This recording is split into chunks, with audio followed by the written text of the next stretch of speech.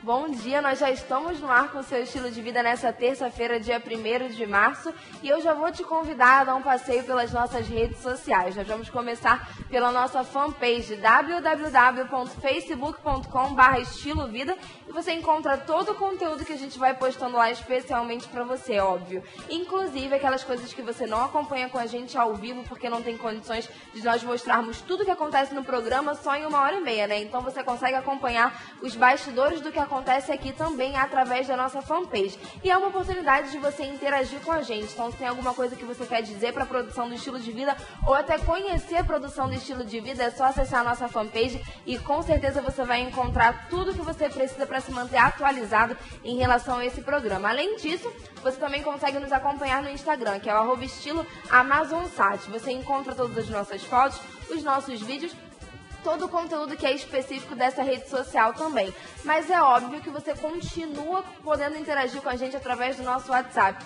que é o 92 código de Manaus 98111 4512. Você consegue interagir com a gente ao vivo e mandar todas as suas perguntas, as participações, tudo aquilo que você quer saber, inclusive em relação ao nosso assunto do dia. E falando em assunto do dia, a gente já vai começar a nossa entrevista de hoje com o psicólogo Isaac Oliveira, que já é parceiro desse programa, e ele vai conversar com a gente sobre síndromes e fobias. Sabe quando a gente não consegue, por exemplo, ficar perto de um animal?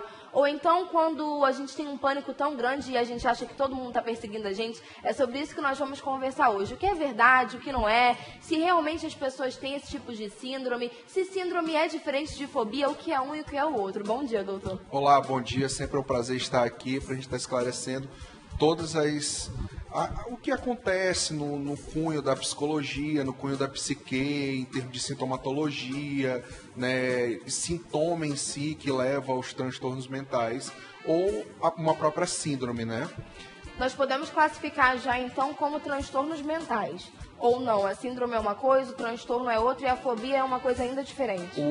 Os transtornos mentais estão dentro das fobias. As fobias, desculpa, estão dentro dos transtornos mentais. As síndromes são as sintomatologias, né? Por exemplo, a agorafobia, né? É uma sintomatologia de cunho específico, de cunho mensurável.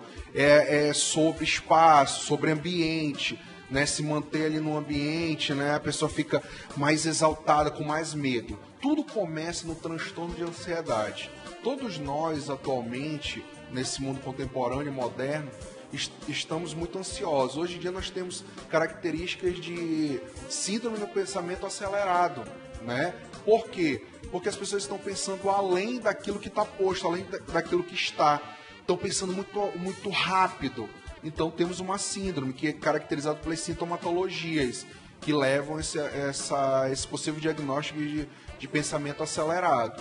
E as fobias, os pânicos, são medos excessivos, que é isso que diferencia. Um é um medo muito excessivo de algo, por exemplo, barata, cobra, rato e etc., né? Isso está dentro dessas características sintomatológicas da fobia, né? E a fobia, na maioria das vezes, como lembra um professor meu, José Amazonas, dizia que a fobia ela poderia dar em qualquer momento.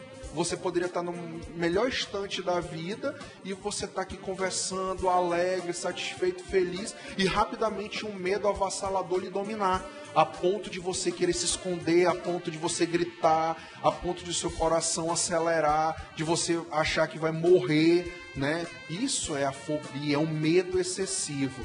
E as síndromes não, estão caracterizadas a sintomatologia. Eu estava assistindo um programa esse final de semana que a pessoa estava sendo hipnotizada para encarar o medo de barata, né? Que também está no cunho da análise, da psicologia. Por exemplo, hoje a terapia cognitivo-comportamental, ela trabalha muito com essas sintomatologias, fazendo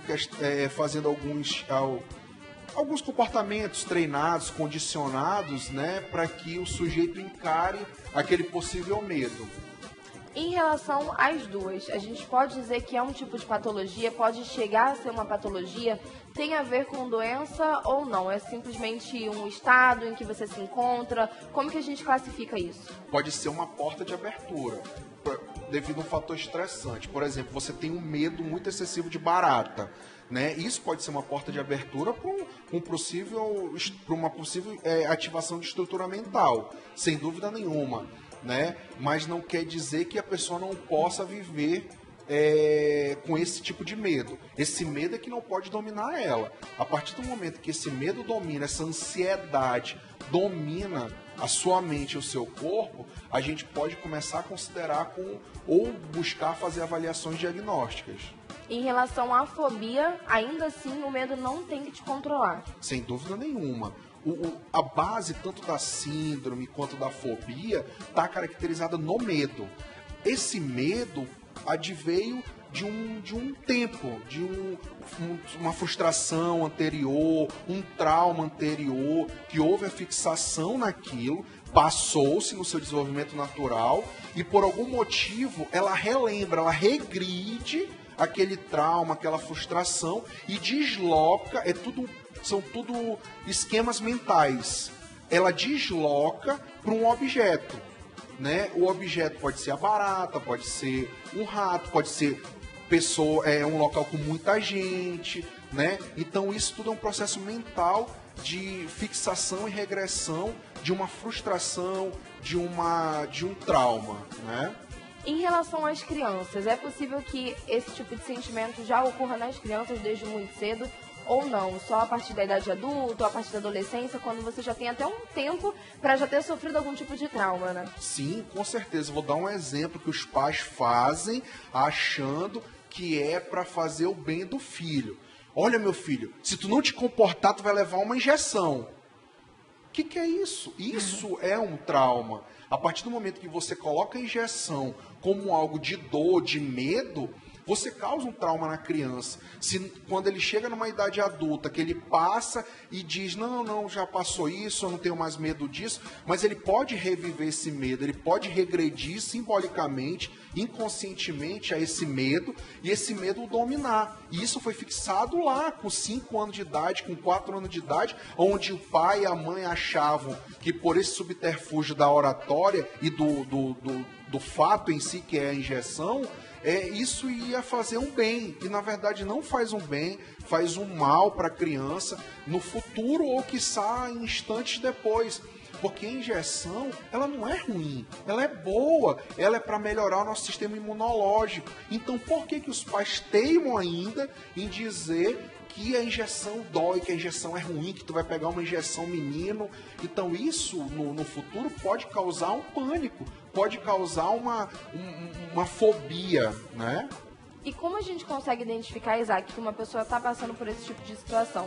Porque um medo normal é um medo normal, mas um medo quando você está relacionado já à fobia, enfim, quando chega a esse estágio, já é alguma coisa um pouco mais, digamos que, característica, né? Até pesado, é mais pesado do que aquele medo simples que a gente sente no dia a dia. Como a gente consegue identificar que essa pessoa já passou de um estágio natural para o estágio da fobia? Você acabou de dizer nas suas próprias palavras, é algo que está em dissonância, não tá certo, está saindo do controle, já está incomodando a vida dele. Por exemplo, pode confundir com depressão. O sujeito que está ali e quer se isolar, é por isso que nós temos que ter o diagnóstico diferenciado. Às vezes é por um medo específico. Por um medo específico que ela não quer se envolver. Por exemplo, eu estava vendo, nós temos fobias de A a Z. E tem fobias que você não se envolve. Por exemplo, eu estava vendo uma que medo de abismo, né? Medo, aí se confunde com medo de altura, né? Tem a questão dos germes, que pode se confundir com toque. Mas por quê? Porque a síndrome é uma sintomatologia. Então ela é um arcabouço, ela é um alicerce para um diagnóstico. Pode acontecer vários sintomas característicos, por exemplo, medo de ficar em público com muita gente, esse medo de germes. Aí, para chegar a um diagnóstico, né? Por exemplo, o medo de germe, a gente de cara olha e diz, pode ter transtorno obsessivo compulsivo, toque. Mas às vezes não chegou a caracterizar um transtorno. É apenas um medo focal daquele objeto, daquele pensamento, daquela sintomatologia. Então trata-se diretamente isso. E a gente não pensa em patologia em si. O sujeito está patológico. Não, ele está focado em um medo. Então vamos trabalhar esse medo. Aí é que vem a terapia cognitivo comportamental para trabalhar esse medo focal, né? E é interessante porque algumas fobias e algumas síndromes, enfim, são tão diferentes que a gente estava falando que tem a de A a Z. Então, tem umas que são tão raras que, às vezes, esse sintoma pode parecer para outra pessoa, para minha mãe, por exemplo, para o meu pai, para a família, que é frescura, né? Porque muito que a gente ouve hoje em dia é isso. Isso é frescura dessa menina, é frescura desse menino, não tem isso não. E, na realidade, a pessoa realmente sente aquele medo. Você não consegue saber se uma pessoa está sentindo medo de verdade ou se ela está tentando demonstrar que ela está sentindo uma coisa que não existe, né? Na verdade, assim, a gente, na maioria das vezes, pensa dessa forma que você acabou de dizer, achando que a pessoa está querendo ter ganhos secundários, quer se colocar numa posição de vítima para ganhar alguma coisa. Só que a partir do momento que esse comportamento se torna repetitivo, nós temos que ter um olhar diferente para isso. Porque possa ser sim que a pessoa esteja sofrendo, né? Você não deve negar rapidamente. Por exemplo, eu tô com medo não sei, de ter alguma coisa, algum bichinho em mim, né? Isso é frescura, para com isso. Não podemos descredibilizar aquilo que o sujeito está sentindo, mas sim explorar. Mas de que forma você está sentindo? Você sente dor? Isso está lhe incomodando durante o dia? Isso está tirando você do trabalho? Isso está incomodando nos seus relacionamentos? Então, a partir dessas pequenas perguntas, a gente pode estar verificando se isso está causando danos psicológicos para o sujeito. E a partir daí começar um tratamento psicológico intensivo para que ele comece a entender todas essas sintomatologias, né? Mas nunca descredibilizar quem quer que seja, independente da idade. Então, na realidade, esse tratamento começa a partir do entendimento dele mesmo. Enfim, é um processo interno. De dentro para fora. E é tão claro, né? Quando a pessoa tem esses medos, é muito claro, é visto imediatamente. E ele mesmo se percebe, porque aquilo causa danos sociais para ele. A partir do momento que causou danos sociais, tira ele do meio, que ele tem alegria, que ele se sente satisfeito, ele mesmo vai se perceber dizendo, não estou bem, eu preciso de alguma ajuda, porque é muito focal, a maioria desses medos é muito focal. Por exemplo, o transtorno de ansiedade somático. No hospital, as pessoas chegam, às vezes, com membros mobilizados, com atrofia muscular. Então, isso veio de um medo e de um transtorno de ansiedade seguido.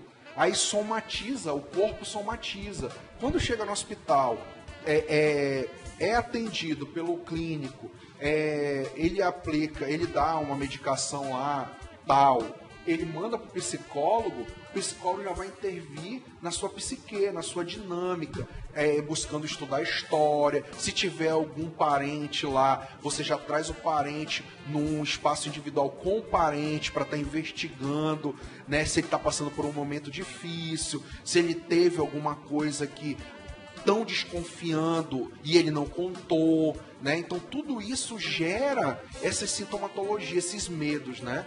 Mas a maior preocupação é a ansiedade. Nós temos controle do nosso próprio comportamento, não achar que tudo vai acabar hoje, não, vai ter o dia de amanhã, não achar coisas exacerbadas, não fantasiar coisas que você não domina de fato. Tudo isso leva ao entendimento do seu próprio eu e, por consequência, você se afasta dessas fobias, dessas síndromes e de uma possível ativação de um transtorno mental. Nós vamos fazer uma breve pausa aqui no nosso bate-papo, mas daqui a pouco a gente está de volta e você pode enviar sua participação para o nosso número 92, é o código de Manaus, 98111 4512. A gente está esperando pela sua participação. Até já.